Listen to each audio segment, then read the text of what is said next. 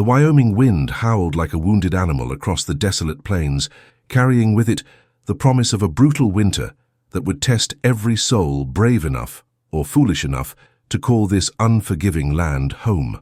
Margaret Sullivan pressed her face against the frost-covered window of her small log cabin, her breath creating small clouds in the frigid air as she watched the last of the townspeople's wagons disappear into the swirling snow. "Mama, I'm hungry," came the small voice behind her. 8-year-old Emma sat huddled beneath their only remaining quilt, her pale face gaunt from the meager rations they'd been surviving on since Thomas died 3 weeks ago. Margaret's heart clenched as she turned to face her daughter. The child's once bright blue eyes had grown dull, and her golden hair hung limp around her shoulders. "I know, sweetheart. Just a little while longer." But Margaret knew better. The storm had been raging for 2 days now, and Clearwater Ridge was a full day's ride away even in good weather. More importantly, she knew the town's feelings toward her family had grown increasingly cold since the troubles began. It had started innocently enough. Thomas, bless his soul, had been a fair man who believed in treating all people with dignity. When a group of Lakota had approached their homestead last spring seeking trade, he'd welcomed them, exchanging some of their precious flour and coffee for beautifully crafted beadwork and warm buffalo hides. The transaction had been peaceful, even friendly, but word had spread quickly through Clearwater Ridge.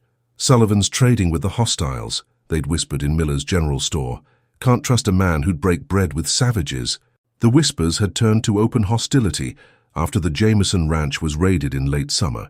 3 settlers had been killed, and though there was no evidence connecting Thomas's trading partners to the attack, the people of Clearwater Ridge had made up their minds. The Sullivan family was branded as sympathizers, outcasts in their own community. Margaret moved to their small pantry, knowing what she'd find but hoping against hope that somehow, miraculously, something had appeared. The shelves were bare except for a small tin that rattled with perhaps a dozen dried beans, and a heel of bread so stale it could barely be called food. She closed her eyes, remembering the scene at Wickham's supply office just 4 days ago.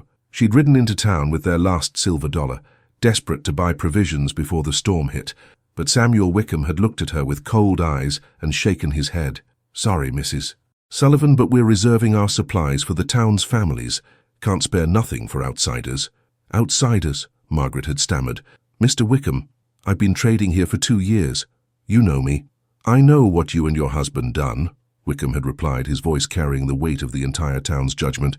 "Can't have folks thinking we support Indian lovers. Bad for business."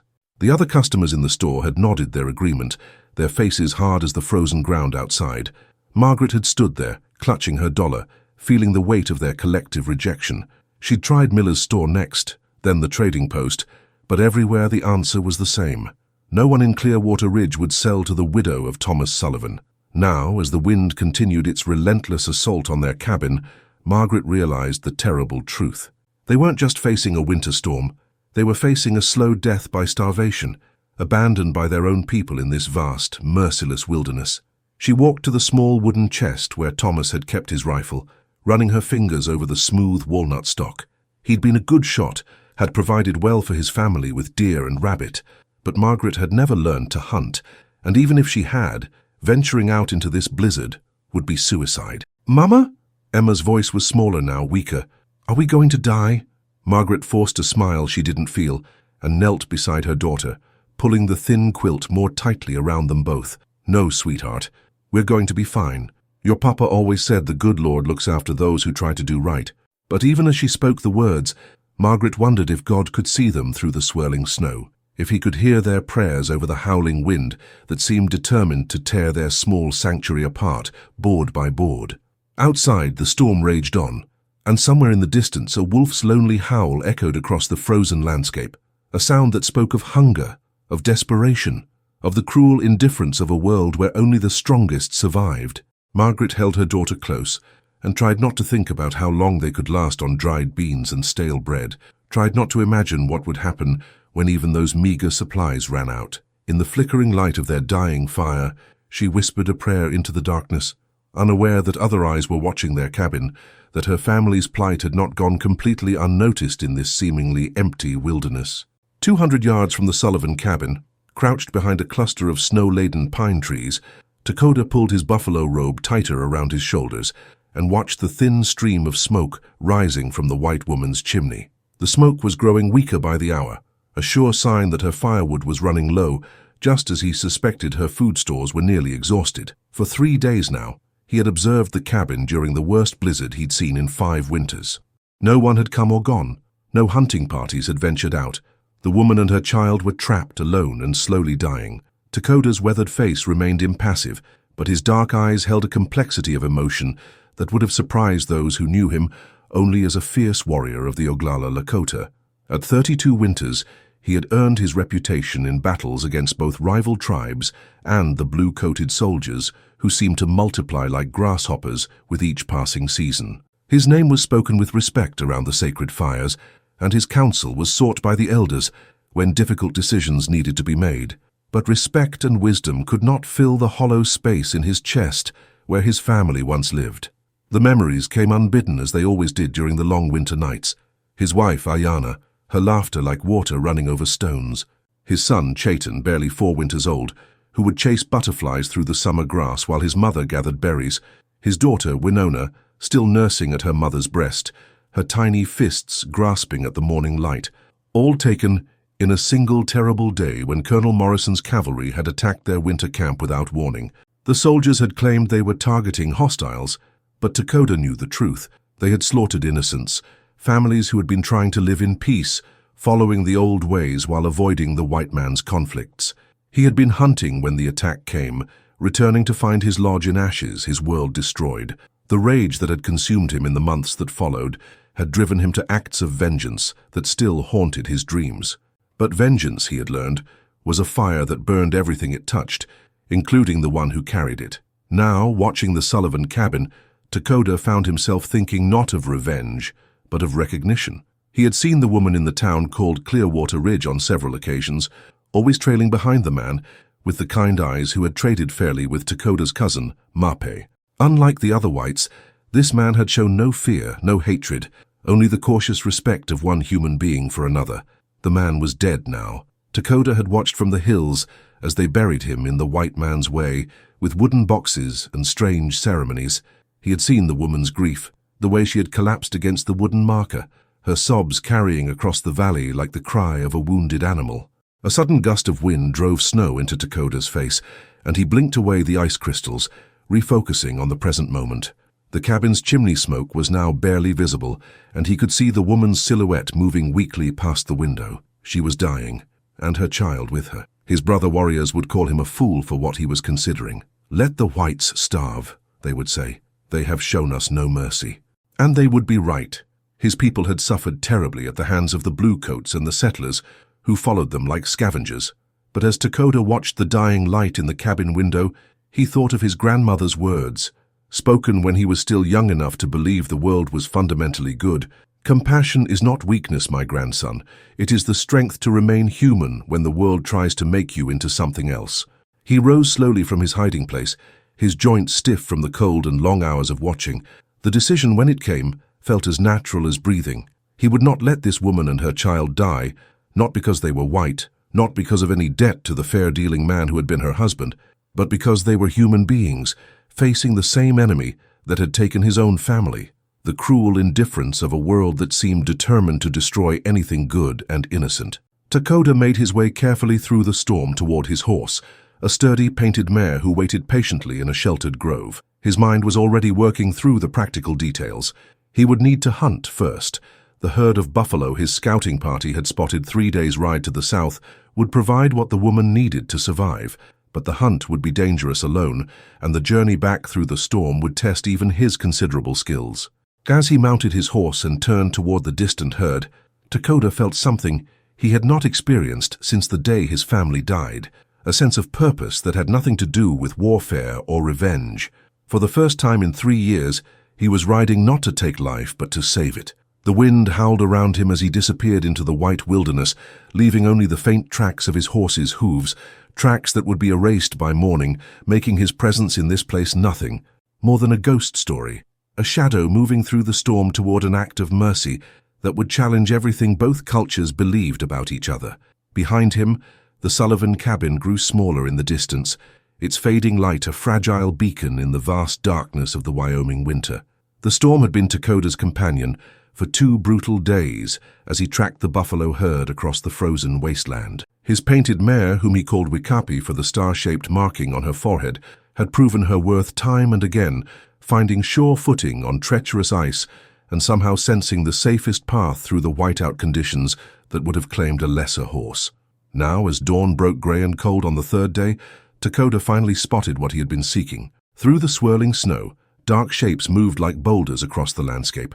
A small herd of perhaps 20 buffalo, their massive forms creating windbreaks for one another as they foraged for grass beneath the snow. Takoda's hands were numb, despite his thick gloves, and his face felt carved from stone, but his hunter's instincts remained sharp. He had survived storms like this before, had learned from his father and grandfather how to read the wind, how to move silently across snow that seemed to amplify every sound. But never had he hunted alone in conditions this severe, and never had so much depended on his success. The woman's face haunted him, not just her current desperation, but the memory of her collapse at her husband's grave. There had been something in her grief that transcended the boundaries between their peoples, a raw human sorrow that spoke to the part of him that still mourned Ayana and their children. He dismounted carefully, whispering a soft prayer to Wikapi as he ground-tied her in the shelter of a wind-carved ridge. The mare understood. She would wait, no matter how long it took. Takoda checked his weapons, a traditional bow made from mountain ash, its string waxed against the moisture, and a newer rifle he had taken from a fallen soldier, its metal cold enough to burn his skin through his gloves. Moving downwind of the herd, Takoda became one with the storm. Each step was calculated, each breath controlled. The buffalo were alert but not alarmed. They knew predators rarely hunted in weather like this. That knowledge would work in his favor. The lead cow, a massive female with scars across her flanks that spoke of many battles survived, lifted her head as Takoda approached. For a moment, hunter and prey regarded each other across the white expanse, and Takoda felt the familiar mixture of respect and regret that preceded any kill. These great beasts had sustained his people for generations, and taking one's life was never done lightly. "Forgive me, grandmother," he whispered in Lakota, using the respectful term for the buffalo. "Your death will save life. Your spirit will join the circle." The wind shifted, and suddenly every buffalo head turned toward him. The moment of perfect stillness shattered as the herd began to move, not in panic, but with the deliberate urgency of animals that knew danger when they smelled it. Takoda had one chance. He raised his bow, sighting on a young bull at the edge of the herd, large enough to provide substantial meat, but not so large that he couldn't manage the carcass alone. The arrow flew true, striking just behind the shoulder blade, but the bull didn't fall. Instead it stumbled, then continued running with the herd, crimson drops marking its path in the snow. Cursing under his breath, Takoda whistled for Wikapi and mounted quickly. The wounded buffalo wouldn't go far. He could see it already lagging behind the others, but in this storm, even a short chase could become a deadly game of hide-and-seek. For 20 minutes, he followed the blood trail through the driving snow, his eyes burning from the wind and the strain of tracking. Finally, he found the bull collapsed in a shallow depression, its massive chest heaving with labored breaths. The animal's dark eyes met his, and Takoda saw no fear there, only the ancient acceptance of a life completing its cycle. He approached slowly, speaking in the old tongue, offering the prayers his grandfather had taught him. When he placed his hand on the bull's neck and felt the last heartbeat fade, Takoda experienced both sorrow and gratitude. Sorrow for the magnificent life that had ended, gratitude for the gift that would sustain other lives. The work that followed was brutal. In the howling wind and driving snow, Takoda butchered the buffalo with the practiced efficiency of a lifetime hunter. His hands moved automatically, separating the choice cuts that would keep longest, the organs that provided the most nutrition. The heart, symbol of life and courage, he wrapped separately in a piece of hide, knowing instinctively that this was what he would leave for the white woman. By the time he had loaded what meat he could carry onto Wikapi's back, the storm had intensified again. The journey back to the Sullivan cabin would be treacherous, a test of endurance that would push both horse and rider to their limits. But as Takoda mounted his faithful mare and turned toward home, he felt something he hadn't experienced in years, the profound satisfaction of a deed done not for vengeance or survival, but for the simple human need to prevent unnecessary suffering. The wind drove ice crystals into his face like tiny arrows, and the weight of the meat made Wikapi's progress slow and difficult. But with each labored step through the deepening snow, Takoda carried not just the physical burden of the buffalo meat, but the hope that his solitary hunt might bridge a gap between worlds, that an act of mercy might plant seeds of understanding in ground that had known only hatred and fear. Miles ahead, invisible through the storm, the Sullivan cabin waited in darkness, its occupants unaware that their salvation was struggling toward them through the worst blizzard Wyoming had seen in a generation. Margaret Sullivan woke to a silence so complete it seemed to press against her eardrums. For 5 days the wind had been her constant companion, howling and shrieking around the cabin like a living thing bent on destruction. Now in the pre-dawn darkness, that terrible voice had finally fallen quiet. She lay still for a moment, afraid to move, afraid to hope. Emma stirred beside her in the narrow bed they now shared for warmth, her small body so thin that Margaret could feel each rib through the worn fabric of her nightgown. They had eaten the last of the dried beans yesterday, choking down the hard pellets with melted snow. Today, there would be nothing. Margaret's stomach cramped with a hunger so intense it felt like claws tearing at her insides. But Emma's hunger was worse. The child had stopped complaining about it 2 days ago, a silence that terrified Margaret more than any amount of crying would have. The fire had died hours ago, and ice crystals had formed on the inside of the windows, turning the cabin into a tomb of frost and shadow. Margaret forced herself to sit up, her joints protesting the movement. If the storm had truly passed, perhaps she could venture out, try to find something, anything, that might keep them alive another day. She made her way carefully to the window, her bare feet numb against the frozen floor. Outside, the world had been transformed. The storm had left behind a landscape of pristine white, sculpted into fantastic shapes by the wind. Drifts reached halfway up the cabin walls, and the path to the woodshed had completely disappeared. But it was beautiful, undeniably beautiful, and for a moment Margaret allowed herself to simply appreciate the stark magnificence of it. If they were going to die in this place, at least they would die surrounded by something that spoke of God's power and artistry. A dark shape near the door caught her eye, and she pressed her face closer to the frosted glass. At first, she thought it might be a fallen branch, or perhaps a shadow cast by the strange light that preceded dawn. But as she stared, she realized it was something else entirely, something that didn't belong in the pristine emptiness of the post-storm landscape. Her heart began to race. Could it be? Had someone from town finally come to check on them? But as she looked more carefully, she saw no horse tracks, no human footprints in the snow. Whatever had been left there seemed to have appeared as mysteriously as if it had fallen from the sky. Margaret's hands shook as she pulled on her boots and wrapped her thin shawl around her shoulders. The door was frozen shut, and it took all her remaining strength to force it open. The cold hit her like a physical blow, stealing her breath and making her eyes water instantly. But she pushed forward, driven by a desperate hope she barely dared acknowledge. 3 steps from the door, she stopped and stared down at what lay before her. It was a buffalo heart, still warm enough to steam in the frigid air, wrapped in a piece of soft hide that had been decorated with intricate beadwork. The heart was enormous, dark red and glistening, and Margaret knew without question that it represented more food than she and Emma had seen in weeks. Her mind reeled. Buffalo didn't wander alone, and certainly not close enough to homesteads to simply drop dead at someone's door. This had been placed here deliberately by human hands, but by whom? And why? Margaret looked around wildly, scanning the white expanse for any sign of the person who had left this miraculous gift. The snow around the cabin was unmarked, except for her own footprints, but she knew that meant nothing. The storm could have covered any tracks within minutes. She picked up the heart with trembling hands, surprised by its weight and warmth. The hide wrapping was beautiful, worked with blue and yellow beads in patterns that seemed to tell a story she couldn't read. This was clearly Native American work, and that realization sent a chill through her that had nothing to do with the cold. Margaret's first instinct was fear. Every story she'd heard about Indian raids and savage attacks flooded her mind. But then she thought of Thomas, of his insistence that the native people he'd traded with were honorable, peaceful folk, just trying to survive like everyone else, and whoever had left this gift had done so not to harm, but to help. She hurried back inside, her mind racing. Emma was still sleeping, exhausted by hunger and cold, her breathing so shallow it barely disturbed the air. Margaret looked down at the buffalo heart in her hands, then at her dying daughter, and felt tears freeze on her cheeks. Someone had saved them. Someone had ventured out into a killing storm to hunt, and then had risked their life to bring food to 2 strangers. The magnitude of that gift, The pure selflessness of it overwhelmed her. Margaret had no way of knowing who her mysterious benefactor was, but she knew one thing with absolute certainty. She would not let this sacrifice be in vain. She would cook this meat. She would feed her daughter, and somehow, someway, she would find a way to repay the debt she now owed.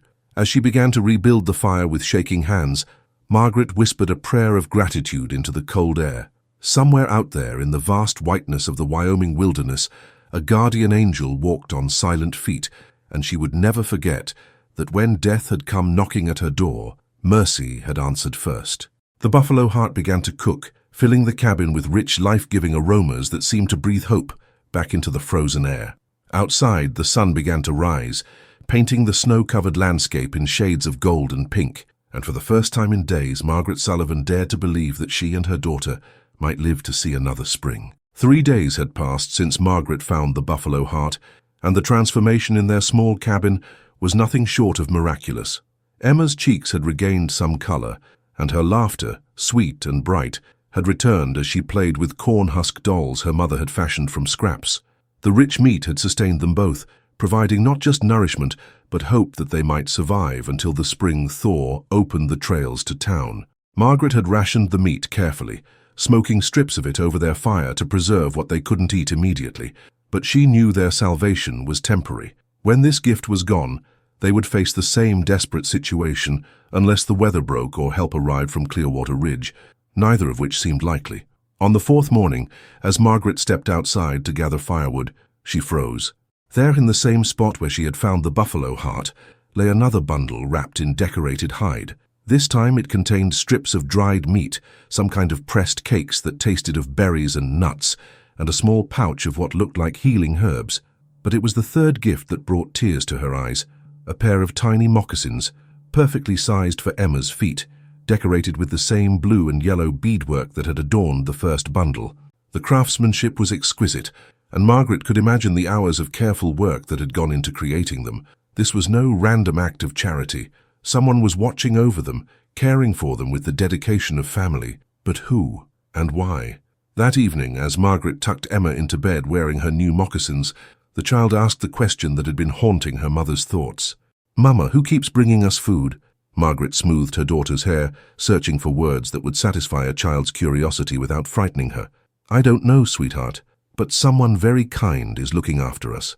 "Like a guardian angel?" "Yes," Margaret whispered, though she suspected their guardian was flesh and blood, not spirit. Like a guardian angel. The next morning brought another surprise. Margaret woke to find Emma standing at the window, her small hand pressed against the glass. "Mama, there's a man outside." Margaret's heart leaped into her throat. She rushed to the window and saw him, a Native American man standing perhaps 50 feet from the cabin, making no move to approach but clearly visible in the morning light. He was tall and broad-shouldered, wrapped in a buffalo robe, his long black hair braided with strips of leather and beads. For a moment, fear paralyzed her. Every story she'd ever heard about Indian raids flooded her mind, but then she noticed something that made her pause. The man's hands were empty, held palm up in a gesture of peace. He made no threatening movements, simply stood there as if waiting for something. Margaret's mind raced. Could this be the person who had been leaving the gifts? The timing seemed too coincidental to be chance. But if so, why reveal himself now? She watched as the man slowly reached into his robe and withdrew something, a bundle similar to the ones that had been left at her door. He placed it on the ground, then stepped back, his eyes fixed on the cabin. Margaret understood. He was showing her who her mysterious benefactor had been all along, but more than that, he was giving her a choice. She could take the gift and retreat back into her cabin, maintaining the comfortable distance that had allowed her to accept his help without confronting the reality of who was providing it. Or she could step outside and acknowledge him, crossing a line that her upbringing had taught her never to cross. "Mama?" Emma's voice was small, uncertain. "Are you scared?" Margaret looked down at her daughter, healthy and warm thanks to this stranger's generosity, then back at the man waiting patiently in the snow. How could she be afraid of someone who had saved their lives? "No, sweetheart," she said, surprised to find it was true. "I'm not scared." Margaret pulled on her boots and shawl, her heart pounding but her resolve firm. She opened the door and stepped outside, the cold air shocking her lungs. The man watched her approach, his dark eyes cautious but not unfriendly.